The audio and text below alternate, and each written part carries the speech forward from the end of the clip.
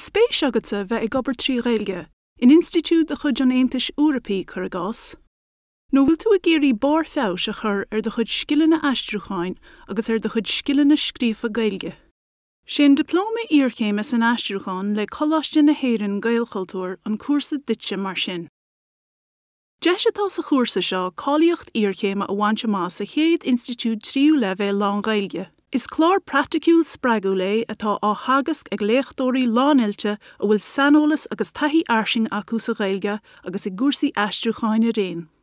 Bé an cuasa seo atá ag leibhéal ní ar a grat náisiúnta cáilíochtaí agus ar fiú 60 ECTSA ar fáil a ríist ó bhí bheanfóir im líana agus mar sé 3 semester. Agus os rud é go bhfuil meascán den ólam ar lína agus den ólam sa siúmar ranga i gceist is féidir le daoine i ngach cearn gan tír tabhairt faoi. Ché go gaelchultúr.com inis chun níos mó eolais a fháil.